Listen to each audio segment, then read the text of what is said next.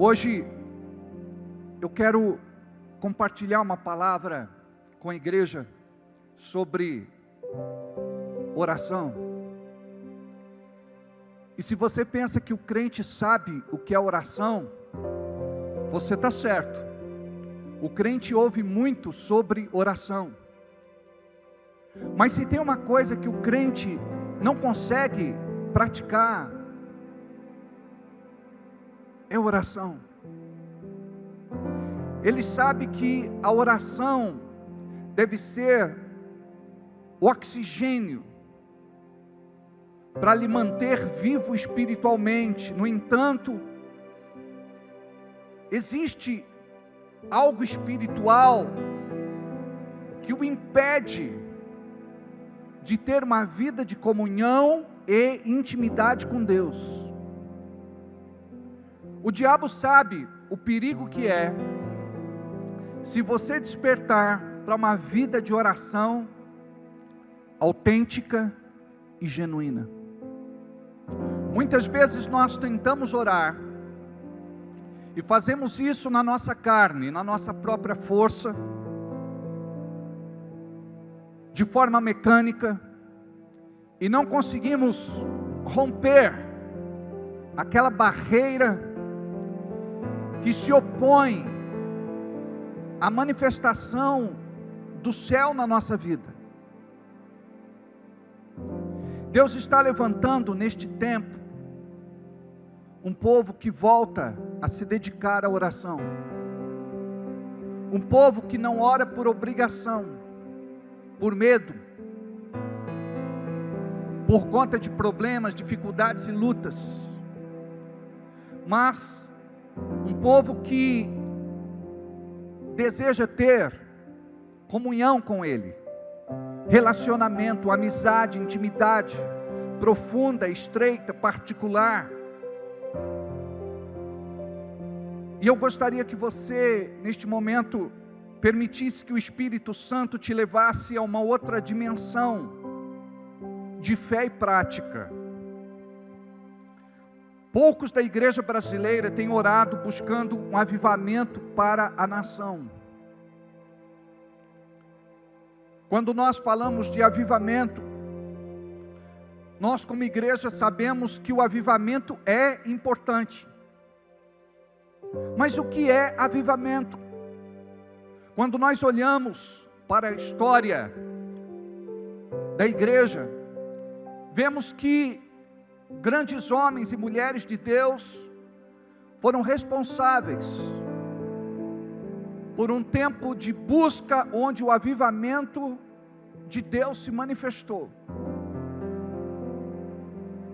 Um avivamento, ele só pode ser provocado com os joelhos em terra, onde nós nos prostramos, ajoelhamos, nos curvamos, colocamos o nosso rosto em terra, onde nós rasgamos o nosso coração e compreendemos o que Deus espera de nós, como filhos e filhas, nascidos neste tempo profético. O que Deus quer através do avivamento? Deus, Ele quer transformar vidas através do Evangelho. Deus quer tratar a humanidade. Deus quer trazer libertação e cura a um povo doente que caminha para a destruição.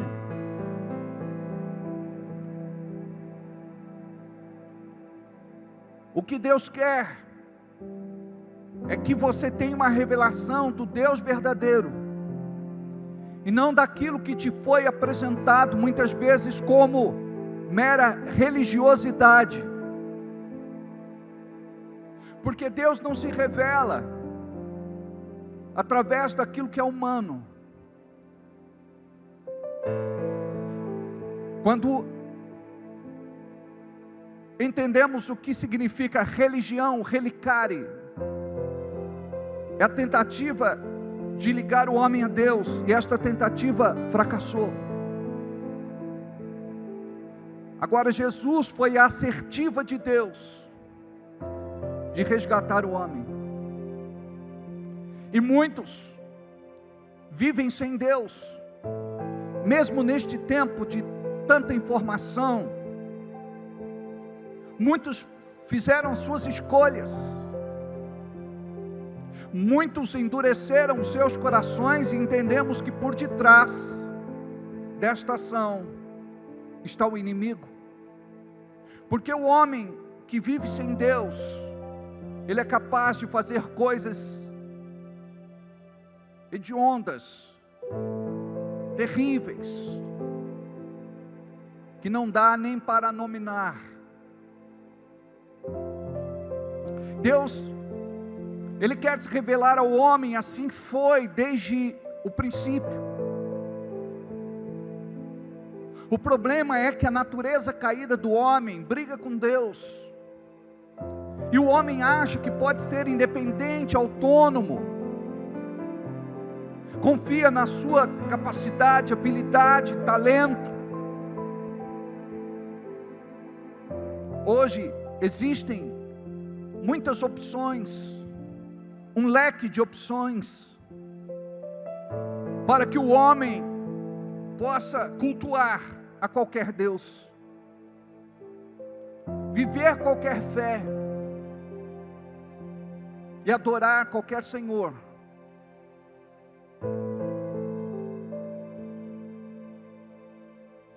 O mundo carece de um avivamento, porque avivamento fala de um poder de Deus, onde a sua graça irresistível alcança os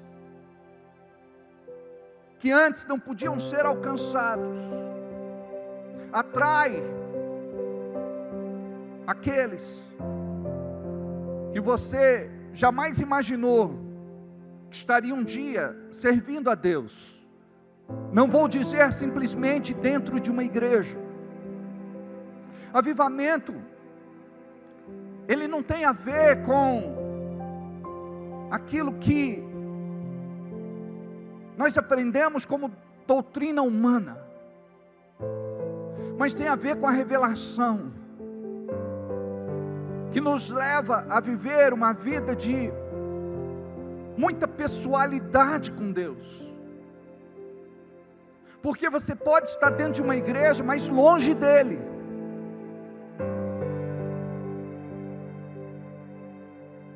E está na hora da gente romper, entender que o avivamento ele vai acontecer, ele não é fabricado por homens, pela propaganda, pelo marketing, mas o avivamento vem não quando você chora, mas quando você muda, quando você compreende realmente o que é ser igreja, e que não dá para ser igreja sem ter uma vida de oração. Então muitos até oram, orações relâmpago, orações aceleradas, orações rápidas, mas oram simplesmente por orar. A oração ela deve ser movida por um propósito santo e divino. Muitos têm orado com base naquilo que não está no coração de Deus. Vou repetir. Muitos têm orado com base naquilo que não está no coração de Deus. A oração que agrada a Deus é aquela oração que é inspirada pelo Espírito Santo. O Espírito Santo ele deve te ensinar a orar, como mestre, professor, ensinador. Aquilo que você não sabe, recorra ao Espírito Santo, porque Ele te guiará a toda verdade. E como diz a Bíblia, esta unção que está em você, ela é verdadeira e não é falsa.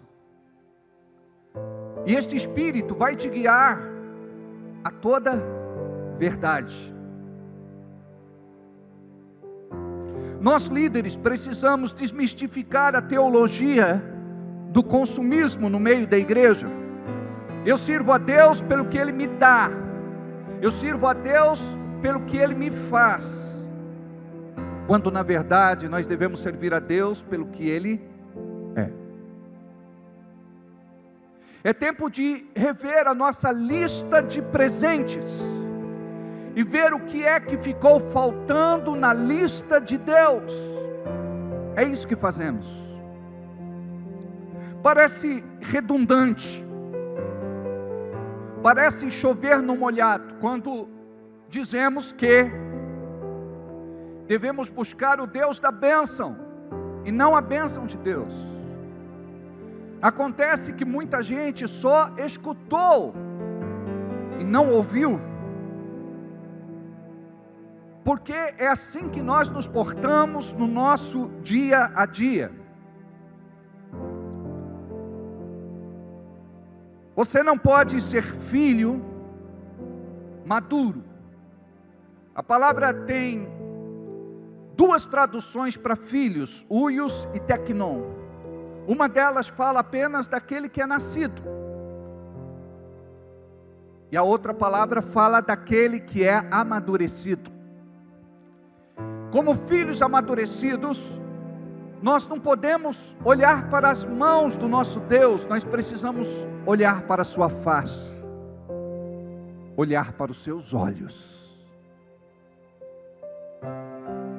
A criança,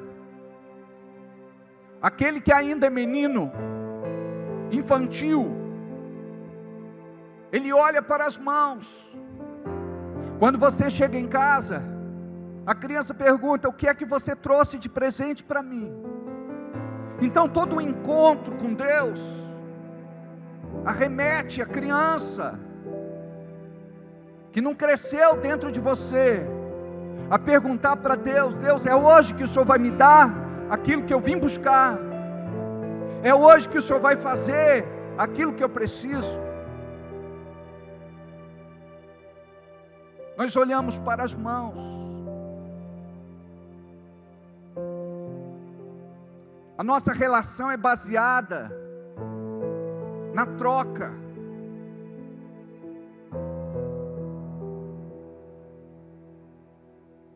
Barganhamos.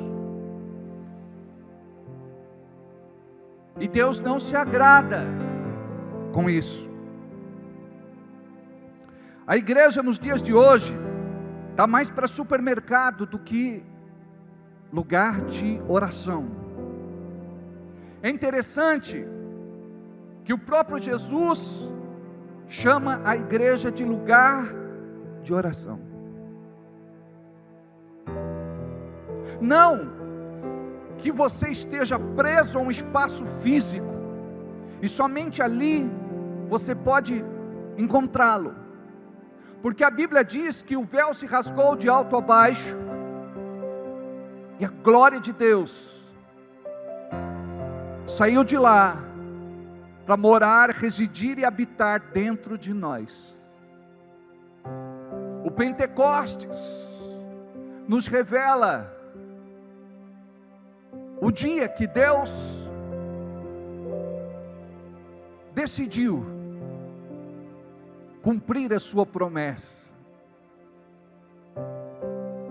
E como Deus Todo-Poderoso, grandioso, soberano, supremo, não entendemos o porquê,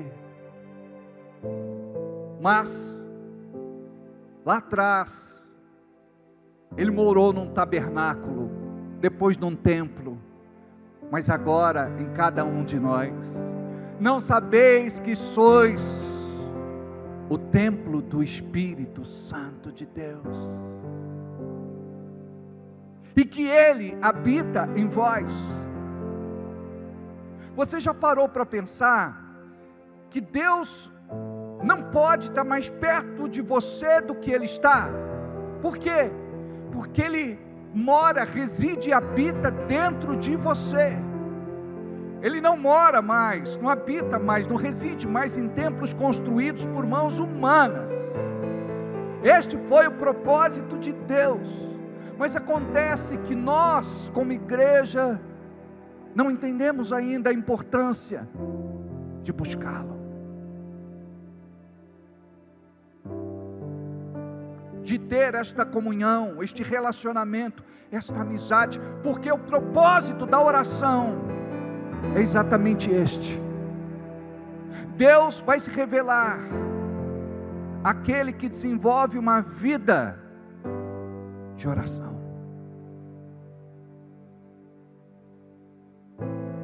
Uma vida de entrega. Muitas vezes nós falamos de busca, e a palavra busca é mal compreendida, porque dá a impressão que você veio buscar alguma coisa. Cada vez que você vier para cá, tenha consciência de que você não veio buscar, você veio entregar, porque a palavra diz que aquele que busca, recebe. E o segredo da busca é a entrega. Quando você se entrega, você encurta o caminho da busca. Então o que tem que te mover não é aquilo que você quer ou o que você precisa, mas é o encontro com Ele.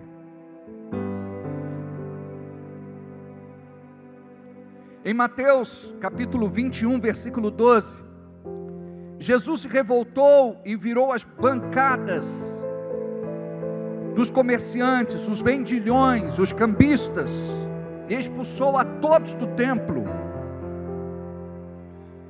Jesus entrou no templo e expulsou todos os que ali estavam comprando e vendendo. Derrubou a mesa dos cambistas e as cadeiras dos que vendiam pombas. E lhes disse: está escrito, a minha casa será chamada casa de oração, mas vocês estão fazendo dela um covil de ladrões. Versículo de número 14 diz: os cegos e os mancos aproximaram-se dele no templo e ele os curou.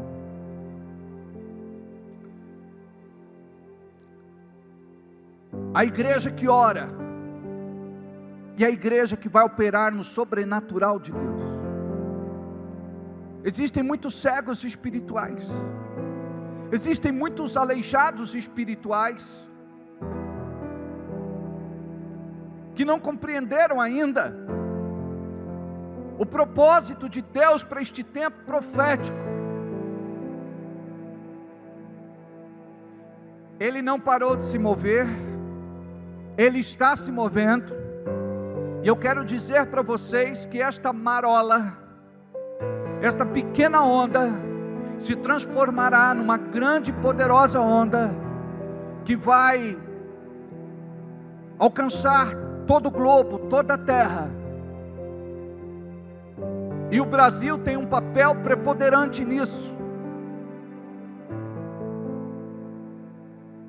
porque Deus já começou a preparar no povo brasileiro, nesta nação, algo de especial que vai se manifestar nos últimos dias.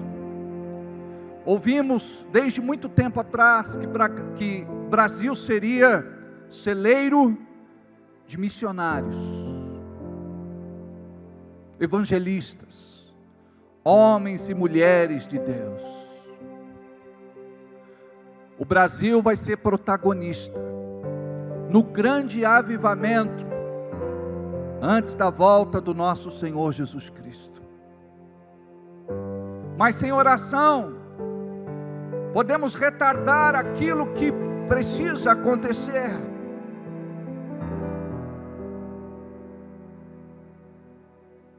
Precisamos de um despertamento. E quem tem ouvidos, ouça o que o Espírito Santo de Deus fala à igreja. Profeticamente,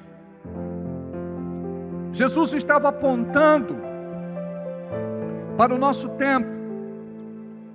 Hoje, onde tem aglomeração de pessoas, os comerciantes armam suas barraquinhas para ganhar dinheiro.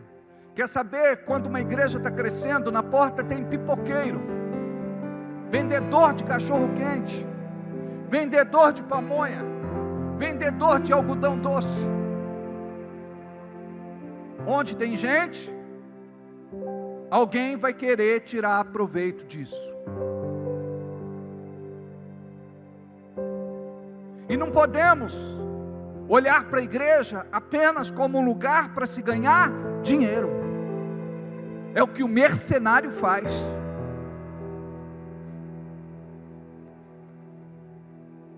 Cultuar para Jesus era tão sério que ele não permitia que na hora do serviço alguém displicentemente, sem temor e reverência, passasse segurando um vaso sobre a sua cabeça. É o que está escrito em Marcos capítulo 11, versículo 16. E não consentia, ele não aceitava, ele não permitia que alguém levasse algum vaso pelo templo na hora do culto, na hora do serviço. Olha como a coisa é séria. E a gente vive hoje num tempo de conveniências, onde tudo pode. Duas situações de muito perigo para a nossa fé. Primeiro, em nossos dias, este comércio não está mais às portas do templo. Alcançou os cultos. O púlpito virou balcão de negócios. Os crentes, público-alvo. E a Bíblia, produto, mercadoria. Muitos exploram a fé do povo, principalmente na hora da oferta. Queridos, a nossa igreja tem outro entendimento com respeito à mordomia cristã, ao dízimo e à oferta. Nós não somos apelativos. Na graça, você faz não porque é obrigado, não porque você tem medo de maldição, de alguma praga. Você não faz porque não quer ir para o inferno. O que nos move a entregar alguma coisa para Deus é o nosso temor, em primeiro lugar. E este temor, ele é despertado e movido pelo amor que Deus revelou a nós, de modo que não fazemos nada forçado, por tristeza ou necessidade, como diz o apóstolo Paulo. Nós fazemos por amor, reconhecimento, gratidão, fé, fidelidade e adoração. Você sabia que a nossa oferta revela também a nossa adoração? Os 3 reis magos, quando foram ter com Jesus, cada um deles levou uma oferta especial: ouro, incenso e mirra. E cada presente tinha uma revelação por detrás. Só que eles foram até Jesus para adorá-lo. E adoraram com os seus presentes, com as suas ofertas. Como é triste ter uma igreja que não entende isso. Alguns estão debaixo de um regime tirano.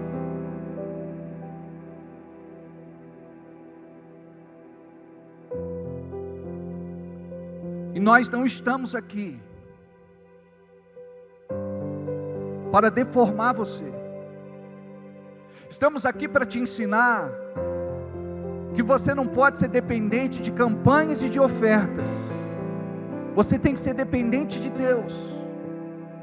E Deus vai te abençoar tanto que quando você fizer, você vai fazer de bom grado.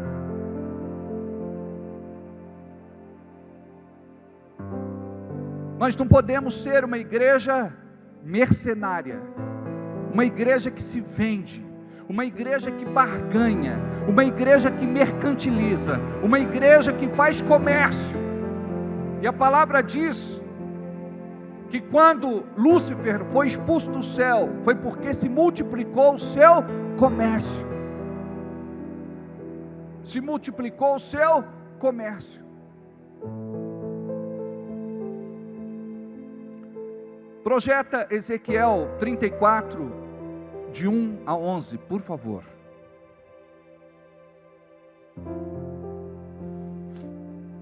Ezequiel 34, de 1 a 11, diz assim: E veio a minha palavra do Senhor dizendo: Filho do homem, profetiza contra os pastores de Israel. Profetiza e dize aos pastores: Assim diz o Senhor Jeová: Ai dos pastores de Israel que apacentam a si mesmos. Não apacentarão os pastores as ovelhas? Comeis a gordura e vos vestis da lã e degolais o cevado, mas não apacentais as ovelhas.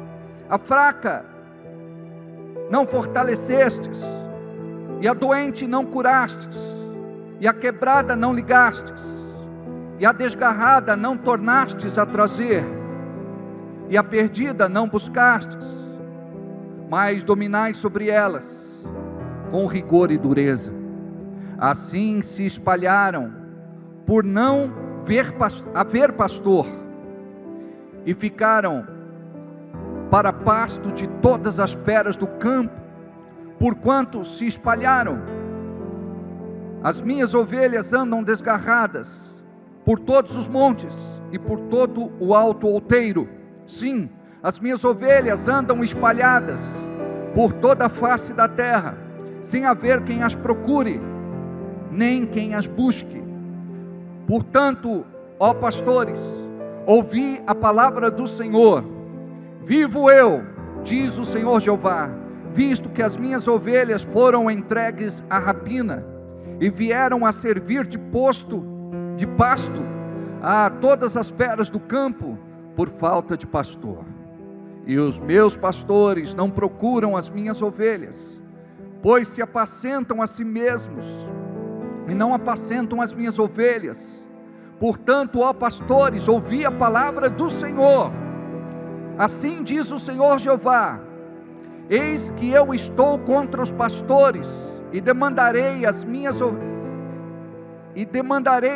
ovelhas da sua mão, e eles deixarão de apacentar as ovelhas, e não se apacentarão mais a si mesmos, e livrarei as minhas ovelhas da sua boca, e lhes não servirão mais de pasto, porque assim diz o Senhor Jeová: Eis que eu mesmo procurarei as minhas ovelhas e as buscarei. Segundo, hoje o povo que vai à igreja é atraído por um apelo consumista. O mesmo consumismo que reina no mundo é trazido para dentro da igreja. Onde há procura e demanda, vai haver oferta. A culpa muitas vezes é nossa. Nós temos que ser como a igreja de Bereia.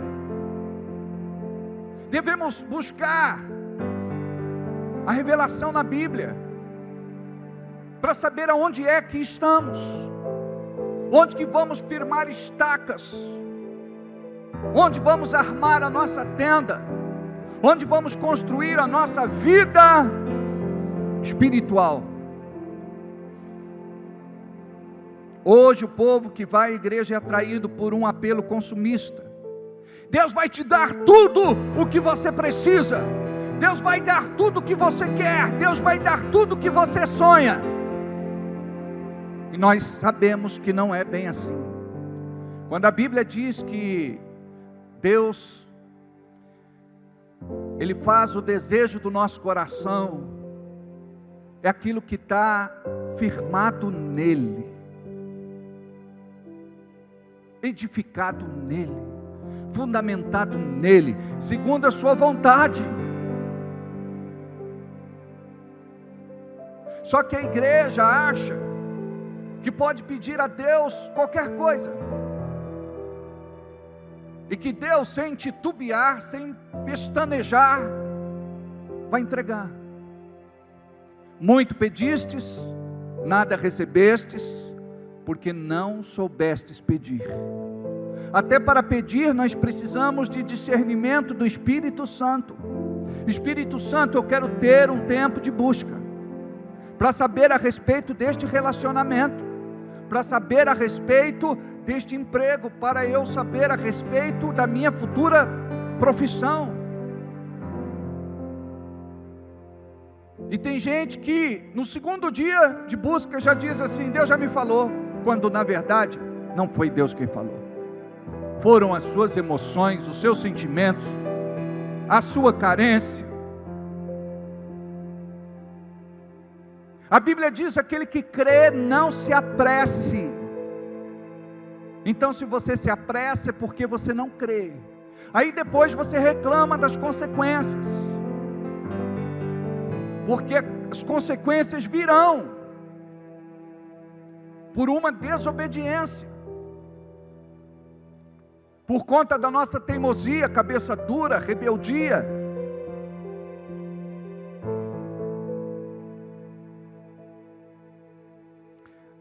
As propagandas na mídia são extremamente apelativas. Comece a ver com um olhar mais seletivo, tenha filtro sobre o evangelho que é pregado. Quando nós ministramos aqui finanças, não é para tirar dinheiro de ninguém, é para que você desenvolva a tua fé na área de finanças também, porque a mesma fé que você usa para salvação, para cura, libertação, você usa também para a prosperidade. E a igreja precisa saber qual é a vontade de Deus para a sua vida financeira, econômica, material. Tem muito crente que acha que prosperar é pecado. Pecado não é você ter prosperidade, é a prosperidade ter você. É você ser escravo do ter, é você ser escravo do dinheiro, é você colocar o dinheiro em primeiro lugar. O dinheiro é de Deus ou é do diabo? O dinheiro é neutro. Você usa para fazer a vontade de Deus ou a vontade do diabo, ou a sua própria vontade, ou a vontade do mundo. É você quem escolhe. O dinheiro é teu, mas você precisa entender que Deus permitiu que este dinheiro viesse à sua mão. A Bíblia diz que cabe a Deus prosperar alguém. Agora, aquele que pratica os princípios que a palavra de Deus ensina, será cuidado pelo Senhor.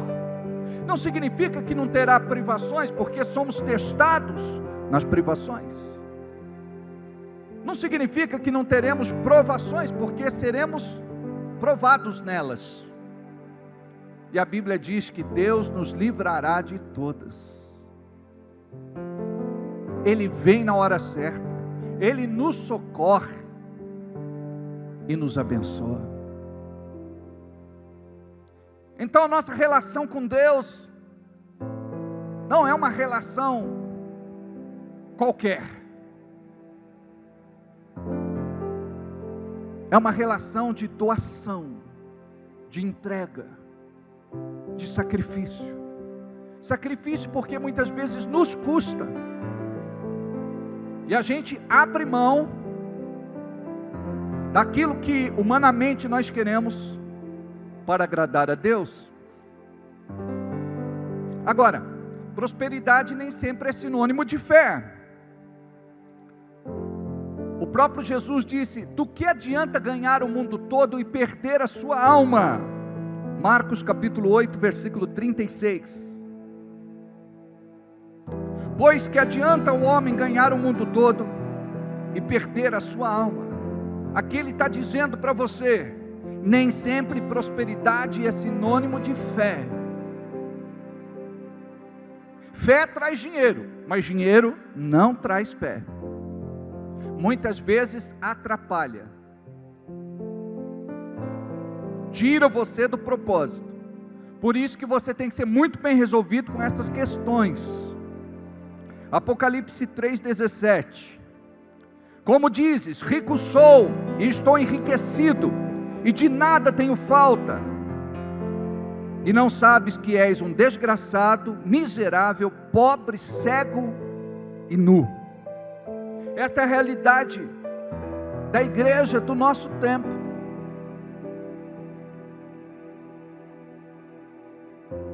A igreja do nosso tempo, ela tem prosperado, mas ela tem se desviado do propósito de Deus. Como dizes, rico sou, estou enriquecido, e de nada tenho falta. Ou seja, agora, esta igreja pode ser independente.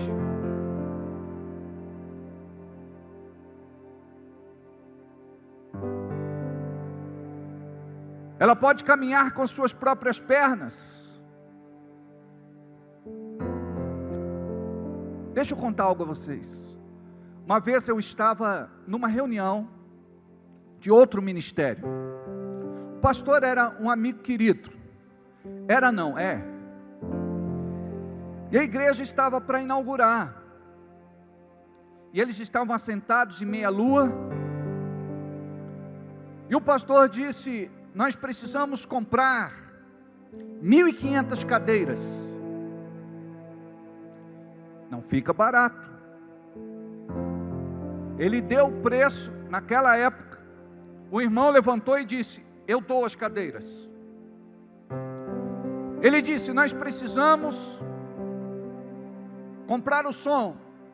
Naquela época o som ficava quase 50 mil reais. O médico disse: eu dou o som. Precisa comprar os extintores, eu dou os extintores. E tudo aquilo que a igreja precisava, tinha alguém ali que levantava a mão e oferecia. O povo era um povo próspero, um povo que tinha dinheiro, um povo rico. Isso é bacana. Só que a Bíblia diz que onde não há sábia direção, o povo perece. Aí ele conversou comigo, o pastor, e disse no final da reunião, para se gabar: e aí, maninha, viu só o que é a igreja? Eu nem terminava de falar, alguém já se oferecia para dar, para contribuir, para entregar. Eu disse para ele: querido, eu prefiro a minha igreja. Ele disse: por quê? Eu disse: porque vocês não oraram aqui, vocês não pediram nada a Deus. Lá, a gente tem que bater o joelho em terra, a gente tem que clamar, suplicar, buscar, pedir. É isso que torna a nossa caminhada divertida. Deus tem que ser o centro de tudo. Agora, quando o homem é independente, quando o homem acha que pode tudo, ele vai deixar Deus de lado.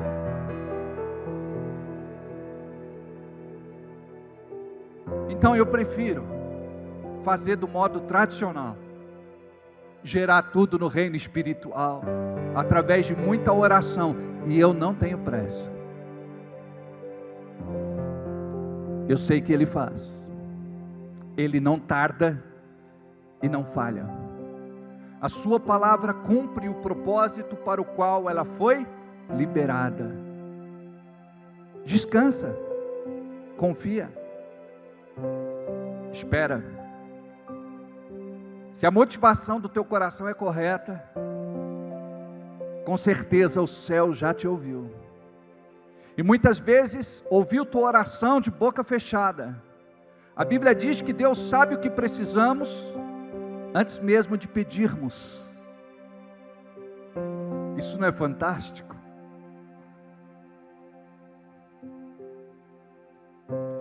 Em muitos casos, são consideradas como igrejas as que pregam o evangelho controvertido, o evangelho diluído. E na teologia, nós podemos ter 3 argumentos. Ou seja, você encontra 3 argumentos. O primeiro deles é o argumento que é bíblico. O segundo é o extra-bíblico. E o terceiro é o antibíblico. O extra-bíblico já é de se pensar, já é de se questionar. Agora o antibíblico, misericórdia, já é o avesso da verdade. Já pode ser considerado heresia. Quando a Bíblia diz que devemos ser atalaias, o que é um atalaia? É aquele que dá o grito de alerta. Hoje muitos querem ir à igreja para ter prosperidade e não salvação. Não é pecado você desejar ter uma vida melhor. Deus quer te abençoar e vai te abençoar, porque esta é a alegria de um pai. Mas coloque a tua salvação sempre em primeiro plano. Podemos pregar sobre mordomia cristã, sobre dízimos e ofertas, mas a nossa ênfase principal deve ser salvação. Olha que interessante, existe uma palavra no grego chamada sozo. Ela está na Bíblia registrada 473 vezes. E esta mesma palavra sozo, ela é empregada para cura do corpo, libertação da alma, salvação do espírito e prosperidade financeira. Não é pecado ter prosperidade. Como eu já disse, o pecado é a prosperidade, ter você e você se tornar escravo da prosperidade. Deus quer prosperar você, mas de nada adianta você ter dinheiro e ir para o inferno.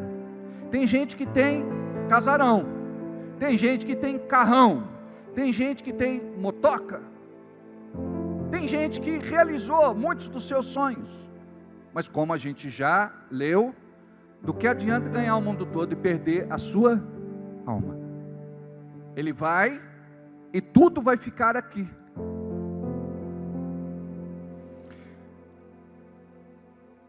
Quando não é prosperidade, corre atrás de milagres. Ou seja, como diz em 1 Coríntios capítulo 12, versículo 29, porventura são todos apóstolos, são todos profetas, são todos doutores, são todos operadores de milagres? Não. Cada homem de Deus e cada igreja tem um ministério e um dom específico. Deus pode se mover através da sua multiforme graça, de acordo com a necessidade daquele lugar. Mas nós precisamos compreender isso, que antes as pessoas procuravam uma seita secreta para ficar rico, buscavam o ocultismo, o misticismo, o esoterismo, faziam pactos com o diabo, mas agora eles vão para a igreja. Mas pastor, isso não é bom. Nós precisamos compreender e colocar cada coisa no seu devido lugar, para que isso não nos corrompa e não nos deforme em nossa fé. Muitos procuram uma igreja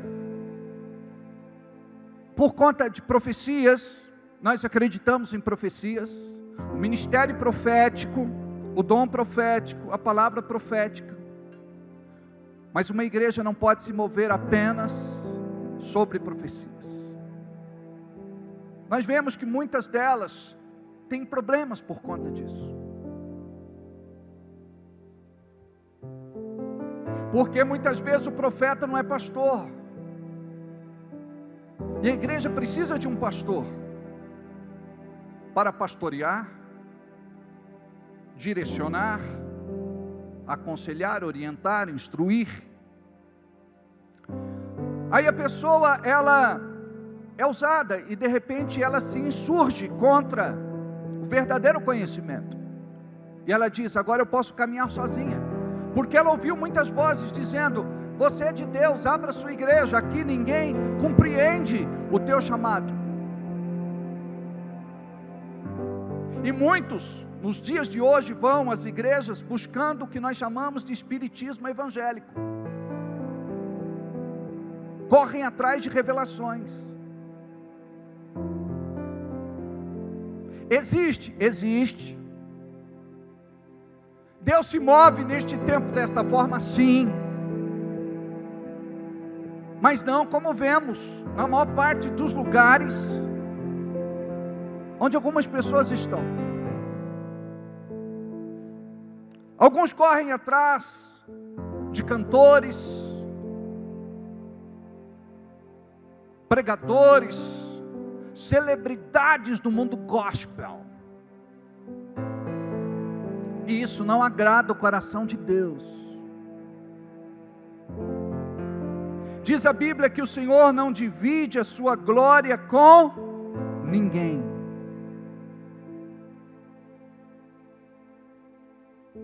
Que igreja devemos ser neste tempo?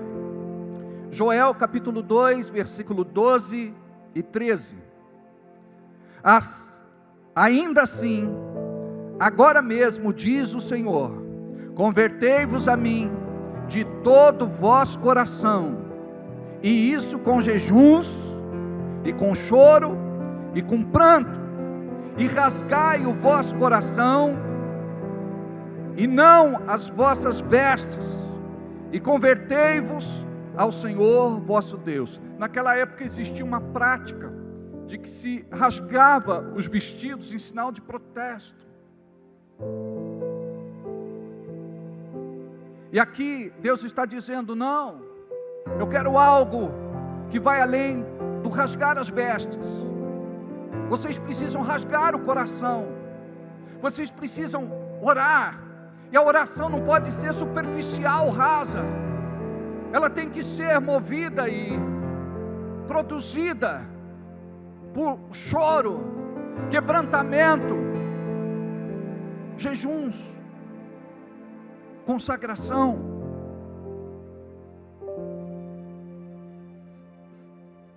Nós precisamos de um avivamento e não de um animamento. Qual a prioridade do seu coração? A prioridade deve ser se converter dia a dia. Convertei-vos a mim, convertei-vos a mim, convertei-vos a mim, convertei-vos a mim. Não é só uma prática religiosa. Eu tive um atendimento semana passada, eu disse: eu não sou mais o mesmo de ontem. Hoje com certeza eu estou um pouco mais convertido. Todos os dias eu me converto um pouco mais. Mateus capítulo 15, versículo 17. Mateus 15, 7.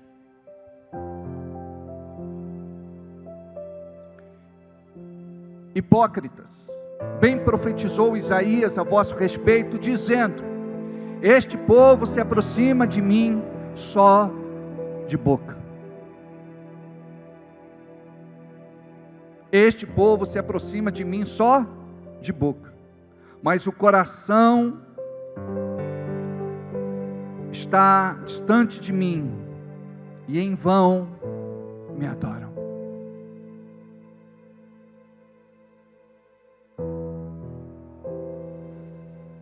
Tem que ter coração. Aonde está o nosso coração? De quem é o nosso coração? Imagina só uma pessoa que é fiel um marido, uma esposa, ele é fiel 99%, vale? 1% ele é infiel, mas 99% ele é fiel, vale? Não. Porque ou a pessoa é fiel ou não é fiel. Eu já tive situações onde a pessoa disse: pastor, eu estou na bênção. Eu disse: por quê? Ele disse: antes eu ia com a minha amante no motel 3 vezes por semana, mas agora eu só estou indo uma, glória a Deus. Adianta alguma coisa?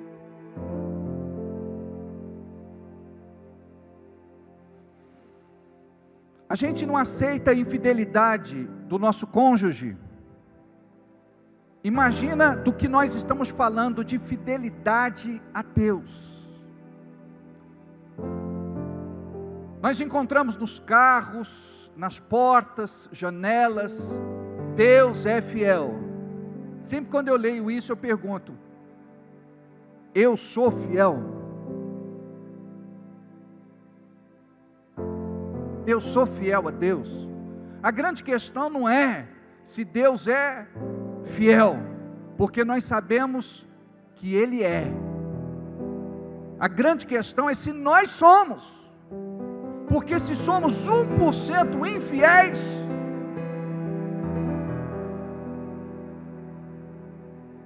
isso denota que estamos fora da sua vontade. Estou quase lá, pastor, quase que eu adoro, quase que eu oro, quase que eu leio a Bíblia. Imagina, o teu time quase se classificou, quase. Isso vai te deixar contente? Não. Quase ganhei um aumento, quase fui promovido, quase deu certo. Quase nada é a mesma coisa. Então quase não está bom. A igreja precisa parar de ser uma igreja de quase. Efésios capítulo 3, versículo 20, diz assim: ora, aquele que é poderoso para fazer tudo muito mais abundante, além daquilo que pedimos ou pensamos, segundo o seu poder que em nós opera. Olha, Deus vai fazer em nós muito mais do que aquilo que pensamos, desejamos, queremos, buscamos, oramos. Esta é a sua resposta para a nossa vida. Por isso eu me coloco diante dele de joelhos, para que o poder de Deus se aperfeiçoe na minha fraqueza. Isaías 44, 3 diz assim: porque derramarei água sobre o sedento e rios sobre a terra seca, derramarei o meu espírito sobre a tua posteridade e a minha bênção sobre os teus descendentes. Você sabia que os teus descendentes vão ser abençoados por tua causa? A maldição, a sentença, a condenação foi quebrada em você. Os teus descendentes serão alcançados por essa graça, misericórdia, bondade e amor. Algo que começou aqui em você, dessa entrega, deste louvor, desta adoração, desta vida de busca, desta vida de oração.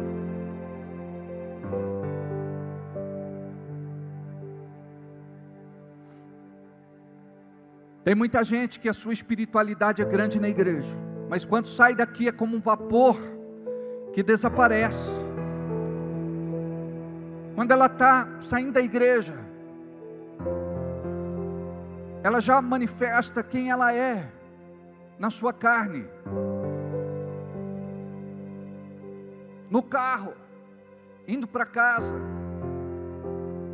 lanchando, comendo uma pizza, jantando. Queridos, a oração nos transforma, e nos faz mais parecidos com Jesus.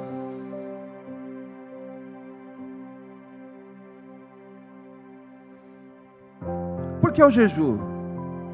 Eu quero mais de Deus. Eu quero mais de Deus. Cuidado com o celular. Cuidado com o computador. Cuidado com aquilo que rouba a tua unção. Cuidado com as amizades, os relacionamentos, os lugares que você frequenta. Cuidado com aquilo que é vício na tua vida. Quebra estes ciclos, em nome de Jesus.